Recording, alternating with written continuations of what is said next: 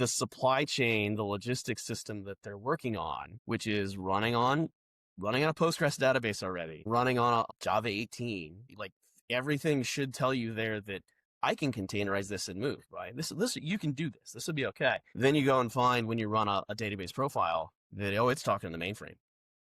And not only is that mainframe's in a different billing district, it's running mission critical workloads for 3/4 of the organization. I can't downtime it.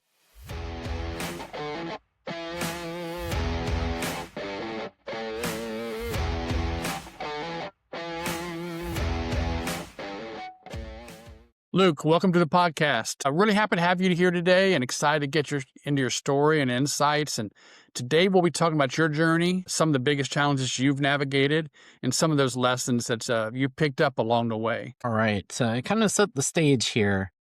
When you hear the term cloud native in 2026, what does that actually mean to you compared to, say, just running VMs in the cloud? Well, it's kind of I love that. It's a fun way to start, right? Because it's having done migrations and modernizations for a long time now. You start talking through the idea of in 10, 15 years ago, we started that whole life cycle as get to the cloud and let's run our EC2 instance, or let's figure out how to run our VMs in an Azure space or whatever. We use it, and I still use it today as a pejorative of lift and shift, right? That idea of just get it up and out of our data center. The cost constraints back then were, I need to close that real estate down. I don't want those machines. I don't want any of that. What we've learned now, as everyone's coalesced and the hyperscalers have done all the things that they've done, now we've found ways to tweak, those tiering from IaaS to PaaS to SaaS to a point where now, I can have a Lambda or a Funk or something, and as a developer, I can drop that in. And now we've got a piece there that is hopefully easier to deploy, hopefully easier to test, hopefully easier to maintain. Spread that around at a more economical point in that cloud native fashion. I slant towards serverless and functions type things, but on the day to day, in the day work, in the 9 to 5, we do. There's a lot of taking those workloads, and sometimes I think about it and I kind of talk about it with clients or with my own colleagues and teams, that it's, imagine that VM that we're currently hosting and running in Azure. So we're theoretically a Gen 1 cloud native type group because there's no data center. But break that, all of the pain points that we have from maintaining 30 or 40 properties, 30 or 40 applications on a load balanced, equalized, gatewayed system, and we start splitting that out to single points of failure that they're distributed and don't break the system. So it becomes Kubernetes. And they're not always workloads for that, for where it fits or where it doesn't fit, in any of those one things. So it's kind of, I'm rambling a bit in terms of what is cloud native, but it's disintegrating to a point. It's disintegrating the application architecture and the infrastructure away, so that I can think about my UI, my interactions, my data transport, back and forth across the reason I'm building the app, right? So that I can, I can make that my teams can make that next killer payments facilitation application, that next edition Stripe.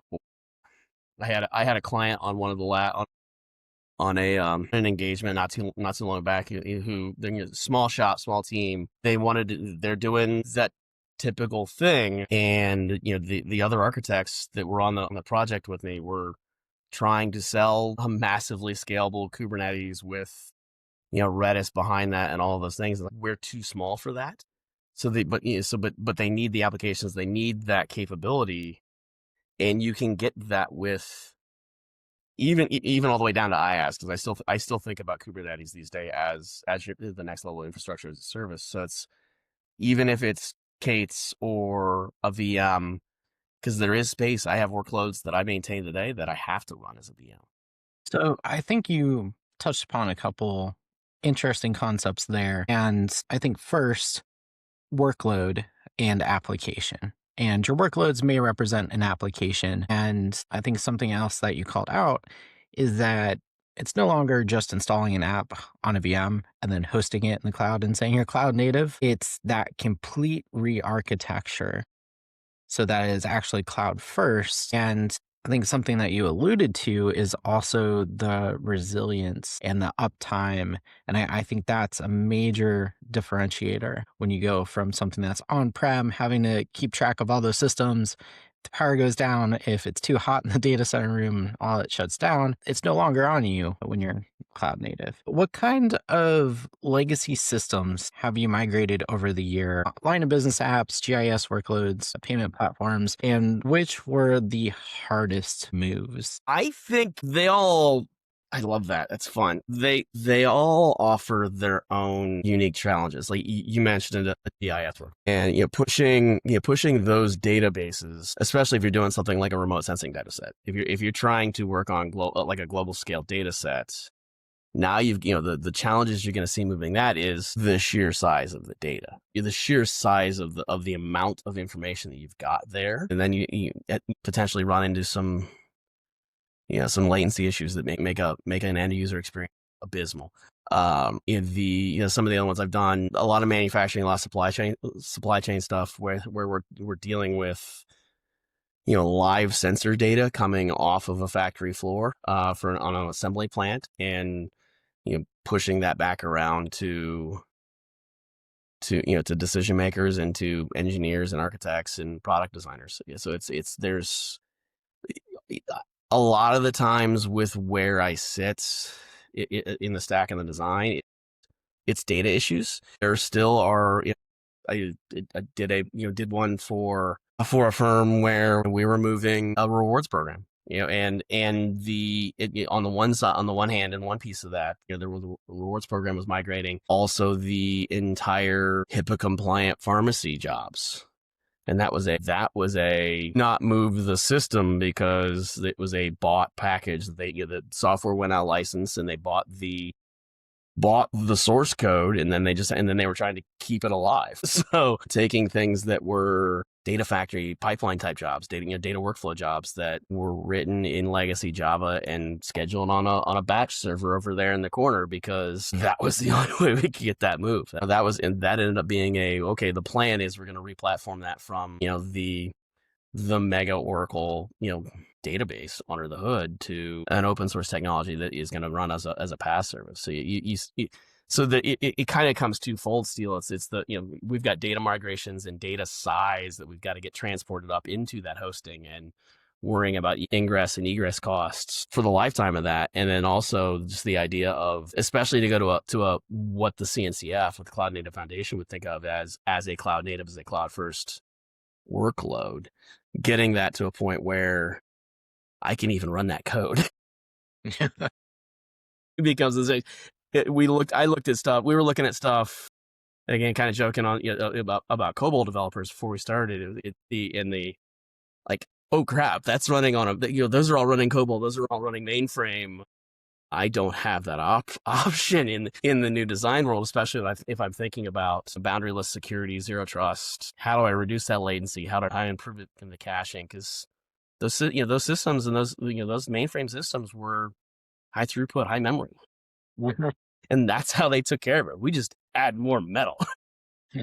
So it's run the gamut, and from that standpoint, I started into migrations as I got into that because that was my pathway. It was in my head, that was my pathway to architecture and not being commoditized out to low cost development centers, whether it's Portugal, Mexico, India, any of it. But you end up always coming back to those principles of what's my code doing, how am I making it safe, how am I making it secure, and how am I making sure it stays up. I'm not going to have that opportunity anymore if I go to Chicago, Dallas, or Virginia to walk in, touch the machine, and make sure the power is still on and it's alive. So those are some of the big ones. My favorite stories of making migrations like that. That just the couple examples that you shared there, I already feel the headache pounding.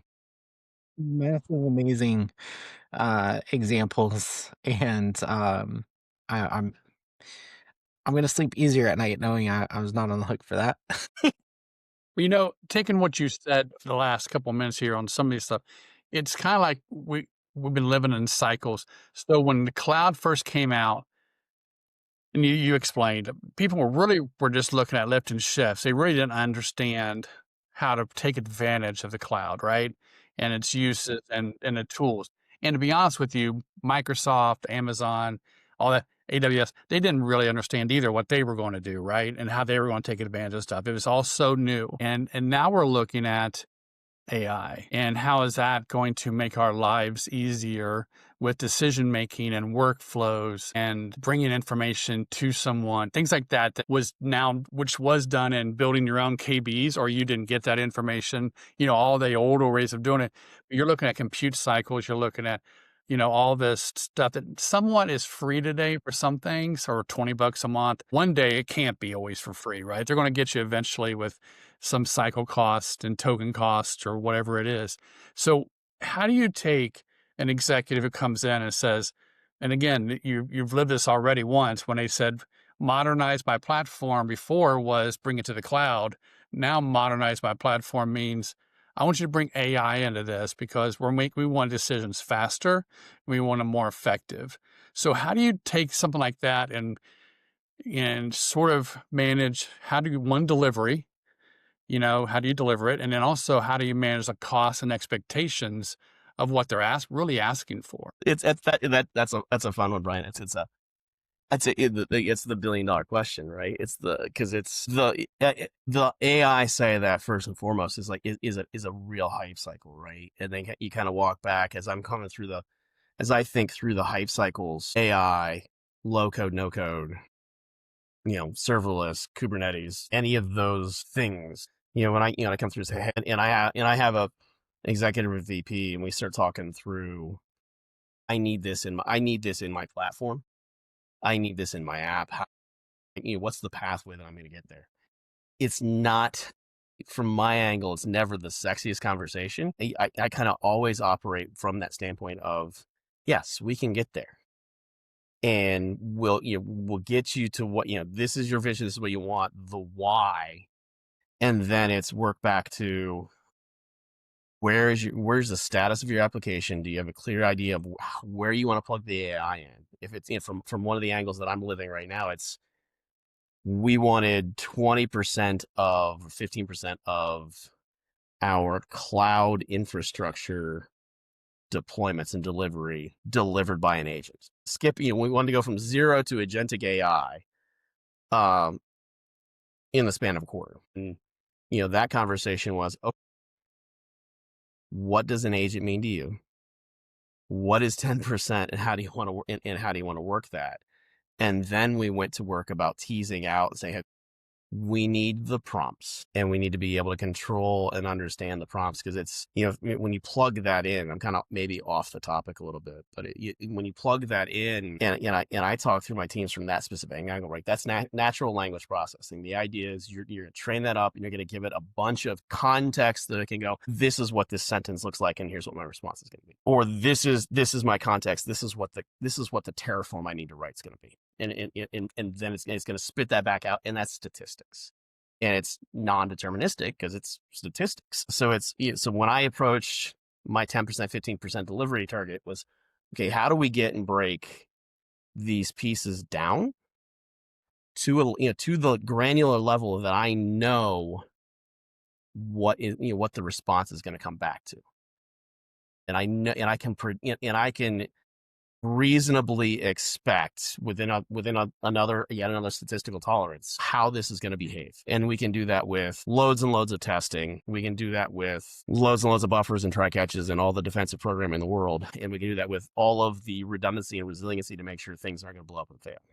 So you could over-engineer it that way, or you just get to that point where you're looking at the application or the platform, the process, whatever it is we want to plug in and migrate, modernize, and in AI enable, and you start to go, okay, this is what do we need to change so that we can make this safe? What can we mean? What needs to go through here? How do we need to decompose your business application so that you can plug this in safely and with minimal risk? I talk with my teams and my colleagues about de-risking things, because you watch everybody as everyone attacked agile transformation, because they're not disconnected, right? As everyone attacked DevOps and agile transformation in infrastructure as code, it was just go fast and break things and move. If all the technology's there and we've got all the code there, but I don't have anybody to support it, it's gonna blow. Like it's gonna fall on its face. If I'm moving fast on the code, and maybe I've got the best developers in the world.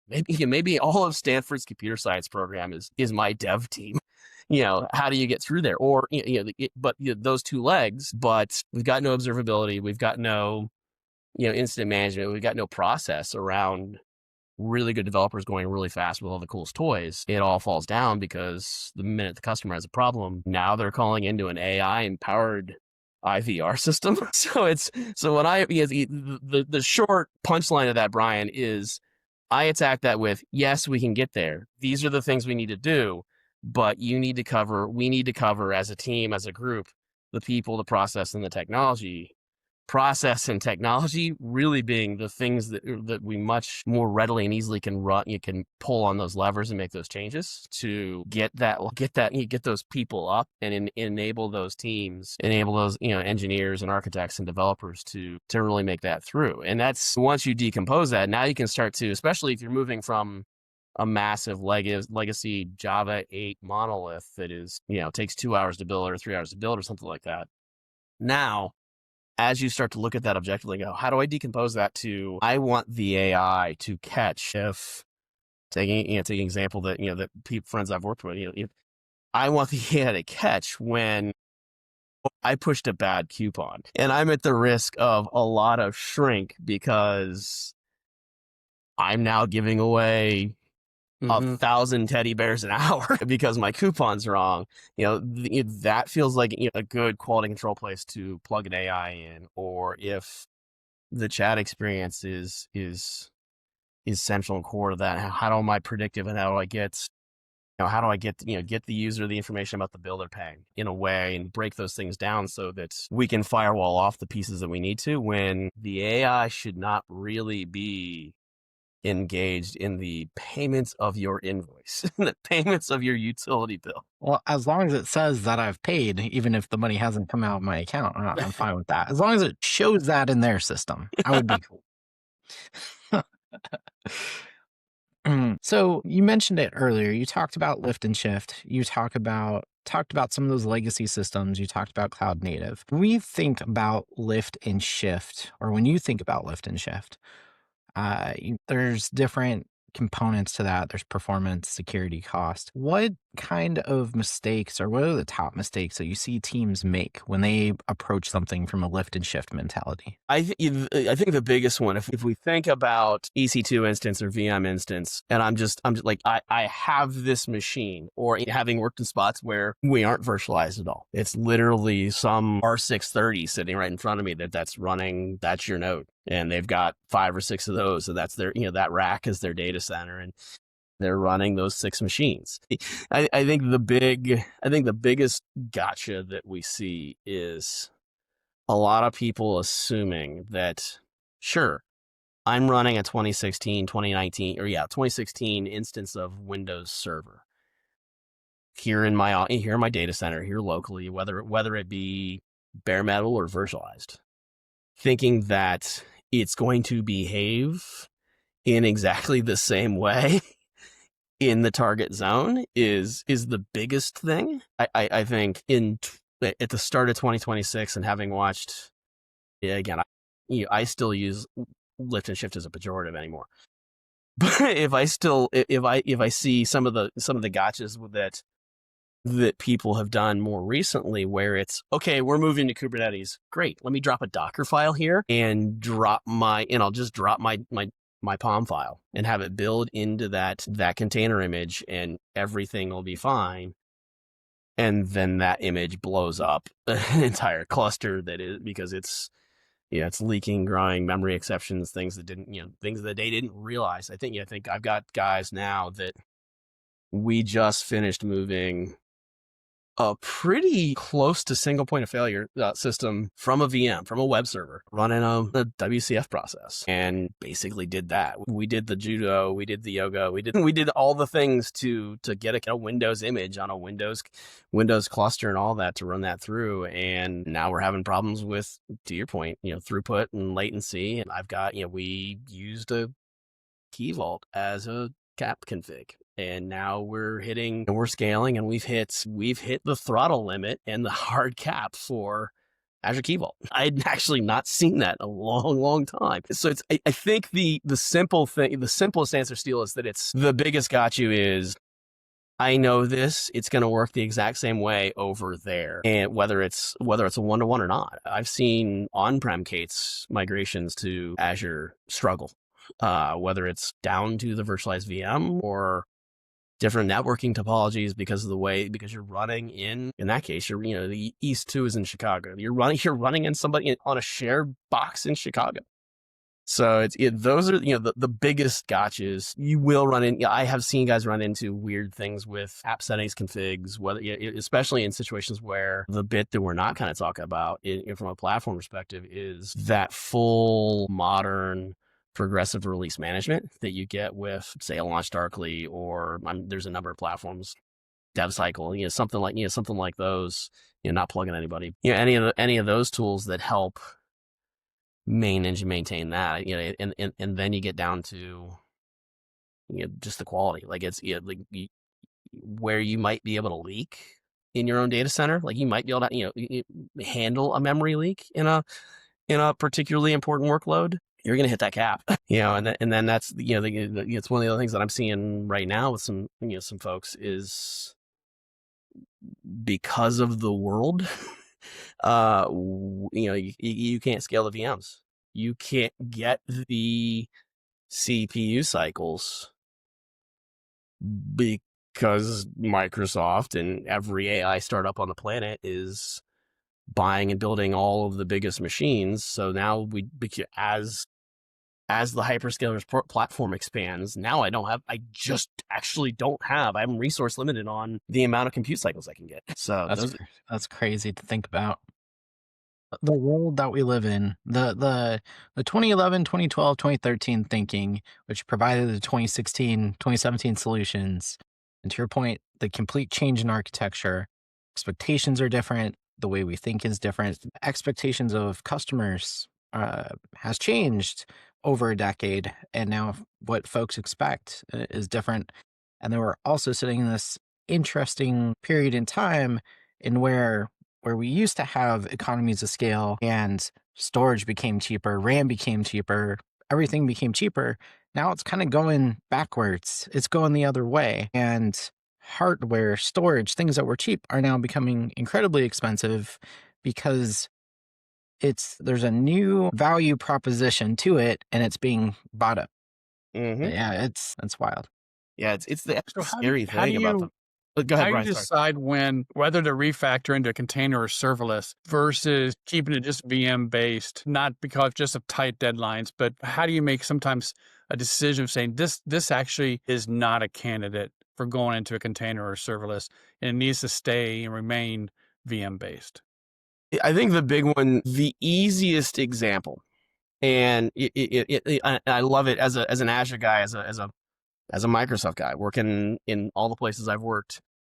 If you think about taking your SQL database, and the top line statement is, I need this database in Azure whenever, time and money irrespective. I need this database in Azure. Now I got to look at, when I look at that one, I have always run through kind of twofold. I'm looking at the sizing of the server, the sizing of the database, the version, the instances of the database, and then I'm analyzing the application to see where it's talking to, what else has to go with it. Because that's the other thing, especially when we get these long-lived enterprise systems where they've kind of grown and bolted on and amalgamated to the point that maybe that dev team doesn't know that, and this happened to me, the dev team doesn't actually know that the supply chain, the logistics system that they're working on, which is running on a Postgres database already, running on a Java 18, like everything should tell you there that I can containerize this and move, right? This you can do this. This would be okay. Then you go and find when you run a database profile that, oh, it's talking to the mainframe. And not only is that mainframe's in a different billing district, it's running mission critical workloads for 3/4 of the organization. I can't downtime it. And the specific pieces of data that come out of that are crucial to the way that application goes. Mm-hmm. So now you start, when I come in, when my team came in, and we'd run a portfolio analysis. We'd get, easily dump your CMDB, dump ServiceNow. Fingers crossed that it is as current and as up to date as your asset management system should be. And now let's start to build the web of waves of what and when and who's moving and why. With the idea being I have to get off this SQL Server 2008 R2. But crap, now we got to do this. So now you come back. I come back with that analysis across and taking that example, that one app, and I tell executive leadership and sponsors and all those things, like, hey, these were in the slate. You wanted to move them. You wanted to move it. I can't LNS this. I can't lift this unless you want to move that $800,000 piece of equipment across there and all the data in the 40 years of proprietary data you've got sitting on it. Unless you or have it create like a data warehouse or something, put another step in there that I can talk to and deal with, because I can't talk to it directly. They're like you're saying, there's other steps sometimes that be taken before you can lift it. Yeah, and that's where make a decision. Yeah, it's where you go from having a conversation about a lift and shift and get me to the cloud, and you start having that value proposition of what business value to get from that workload, what business value to get from that application, and is it important enough for you to spend the engineering and architecture time to find what it should look like. We talk about the R's, refactor, replace, retire, re-architect, rehost is the lift and shift. What is your cost benefit analysis as the consumer there of what's it need to do?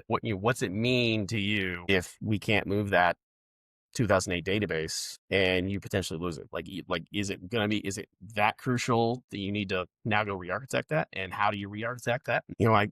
Colleagues and I've done it, hey, well, this is what it'll look like in the future. Let's be that drying for you. Yeah, it's like when my wife and I decided to lift and shift our house to a smaller house after the kids have moved, and what we didn't think of, and okay, now where am I can't park my truck in the garage, right? For this reason, or this driveway is too small, or do I have a boat? I don't have a boat, but do I have a boat? And our biggest thing was storage. Like, we had a basement. Great. We're getting older. We don't need to go up and down the stairs. But wait a minute, now where am I going to put all this stuff? So there's a lot of factors that go into it. Sometimes you don't think of until after you lift and shift. You think, now what am I going to do? Or that's what you got to think of before you actually make that move. How am I going to handle storage? How am I going to handle parking? Just blah, blah, blah, And I think the same thing with compute. You just got to think those things that's tied to it, not just the thing. I think the other thing that I have been cautioning over the last couple of years is, especially midstream of doing a bunch of lift and shifts, it's how are you going to observe that? Mm-hmm. Because you find I went through so many applications where I don't see anything. So we plug it up, we get into wave plan, and I don't have link servers, I don't have any weird queries, I'm not calling it a mainframe any place. This is a standalone single instance. Great, let's jump it. And then we go to cutover, and we always do I've always done hypercare where you're taking care of things for an undetermined amount of time before you give it back to the actual dev teams. Presumably I'm giving them KT and talking them through the architecture, all those things. But day one, damn thing blows up. Mm-hmm. And now it's and now you got to go. Let's say it's how do you go get into Kudu to go get the logs? In Azure example, a story happened to me was I was getting on a plane to go meet the CTO of a firm I was working with at the time, and my team in Mumbai called me up, on my way to the airport, said, "Hey man, stuff's down. We're getting a 500, and I can't and I just can't. We're dead in the water. I got a team of 8 developers, billing me and they're dead in the water. And now I got to go find it. And the fun punchline of that story, Brian, I'm sure you heard this one over the years. The fun punchline of that story still was the corporate headquarters realigned all of our global permissions into Azure, and we lost access to. Oof. So and I was I was a legitimate No. architect in that space for that organization at the time, and the rule was no code. Control Z, undo. Yeah, that was a people problem and an underlying process issue that comes through there. So it's that kind of governed from a professional standpoint. Brian, I know you heard this one, but that was the watershed moment for me where it's okay now. And me as an app dev and in a young solutions architect, I need to go understand the infrastructure, and that was that's when we go to Terraform. And now we're all learning Terraform as a team together because retros are blameless. Because we lost the thing, it took me 48 hours, and I had to be the guy to break all the corporate policy to write the code to go get the thing up so that I could demo it for the corporate leadership. Yeah, I mean, the architecture is important when you do a lot of these things to understand it, right? And I always like a lot of these things to relay race and track, right? You don't run your leg and then stop and throw it 10 yards in front of you, expecting the other person to catch it and then from a stop, take off running. No, you run together, you work on your handoffs, you ensure they have it, they ensure they're getting it from you correctly, but you're running together too. So a lot of this has to happen that way too with other teams to find out, okay, networking, what are you doing with this? Storage, what are you expecting of this? Database, all these different teams that get involved day to day. What is your part in this? And get them to respond. That's another thing. That's it. If you have that architectural design, a true one, I think you can accomplish anything. There's nothing, but if you don't, whatever you missed, you're going to pay for.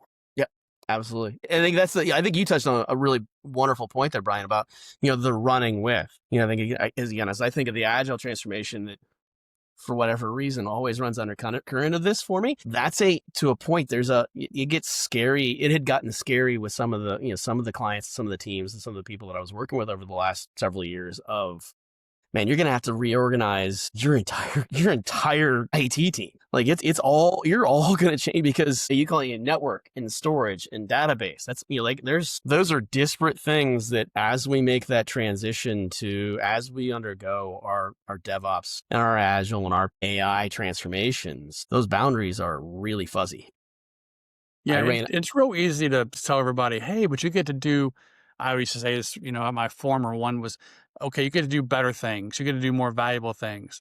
Okay, it's great that you said that, Brian, but what does that mean to a network engineer who his value is taking care of those switches and routers and IP addressing and all that kind of stuff? And now he doesn't have to do that so much. An administrator can do more of that, or automation with AI can correct some of those things. You're taking some pieces away. What do you mean I can do something more value without changing my whole footing? Right. And I think a lot of that has to be considered too in some of these lift and shifts and moving to the cloud and just taking your people with you if that's what you can afford to do. But you got to just make sure it's a relay race that you're running together and everybody understands their part and they're equal in this. So, yeah, I think. Go ahead. I was going to change the topic slightly, but kind of tie it together. If the listener is staring at a big legacy portfolio, so everything we're just talking about, kind of legacy mindset, lift and shift, etc. If you're staring at a legacy portfolio, and your team is organized, I don't want to say historically, but in disparate ways. Traditionally, there you go. How should they prioritize what to move first, what to retire, and what to re-architect? I think we think about it from keep using your analogy, Brian, where network, database, and storage, right? I think that's where, from my consulting time, that's where we start talking about making sure the business is in, right? Because this is a big, massive. Yes, we're going to handle this in an OpEx. That's one of the reasons for cloud, right? But this is a massive effort, and it's big, and someone's got to make some priorities. Someone's got to make some decisions there, and the people that make the decisions are the people that sell the diapers. It's create the products. I'm picking on diapers because I'm here in Cincinnati. But, those decisions you got to bring in. So, hey, this is where we're at. We're at risk of losing these data. We're at risk of losing this connectivity on the time scale that you've been accustomed to getting it, whether it's real-time feeds from suppliers and vendors or like whatever it is. Like something big is going to break, and we're looking at, because we're all doing it with AI right now. We've got to get AI in, whatever that means for us, and that means we have to make room. From an HR, from any of those perspectives, what are we like? What's going to drive the most value? What's our priorities there? And I think about the guy that does all the cider math, sits over there, like the red swing line and all. Like as a contributor, when I go in and I'm a billing consultant, I'm helping to do the migration, or I'm on the team now and this is my home and this is where I work. It's the talking in code. Like it's getting down to that low level with the network engineer, and then and they coming through so that they're comfortable. Like I can make that person, that team member, feel comfortable about, okay, talk to me about Palo. Talk me through what's happening here, why you've done it this way, and what we can get through. What are your pain points? Even you look at that guy. It's the Phoenix Project, right? You look at that guy, and he's buried, and he's slammed, and his Jira backlog is 3 months long, and it all has to be done by the end of the week. Yeah. And for those listening, that cider math has nothing to do with breweries, unfortunately. It can, but generally no. It's your IP math, right? And then it's okay. You helping them. It's helping them walk, right? It's because I've been enough places and spent enough time with test-driven development was the way. When I was working for the city, and we were like doing development, like, but I'm not going to spend the time like. Brian, you said it, like you can do something more valuable. I stopped calling it more valuable work and talked about it in terms of it's going to relax your work. Like if you get comfortable with building your network in Terraform, you're not sweating it. You're not working at 12 o'clock at night on a Friday night. You're not getting up at 3 a.m. on a Sunday morning. Yeah, it's because that's the other angle, kind of dropping stuff in. Yeah, like I've pushed with everybody I've worked with forever. It's like, I don't want to be on call. I don't want to carry the pager. I don't want to be waking up at 3 a.m. when Jira is the only noise that can get through my phone and ignores all the do not disturb, and everybody in the house is awake. Mm-hmm. And that's what that guy, the cider mat guy, the network guy, that's his life. He's stuck. It's not more valuable work. It's not different work because I don't value your work any less.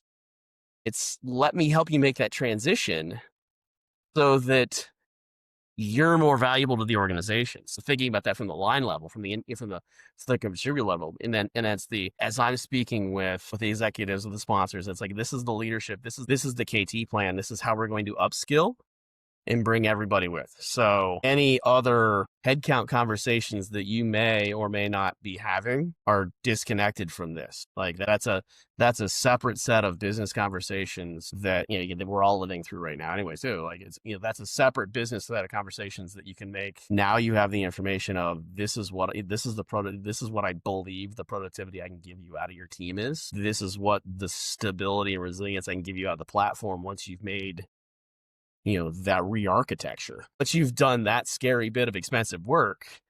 Now you get to move 25 to 30% faster. Well, huge thanks to Luke for breaking down with us what it really takes to move us from on-prem to the cloud, from some of the technical gotchas to the culture changes it demands. If this conversation helped you think clearly about your own environment, share with a teammate who's in the middle of that journey, and make sure you're following the show so you don't miss any future deep dives. Follow us soon, because we're going to bring you back to reverse conversations soon and bringing some of that cloud solution back on-prem. Yeah, I said it. We're bringing it back on-prem, back to the brick and mortar, back to the data center. Until next time, keep building smarter, not just bigger, and we'll catch you in the next episode. Cheers. Cheers.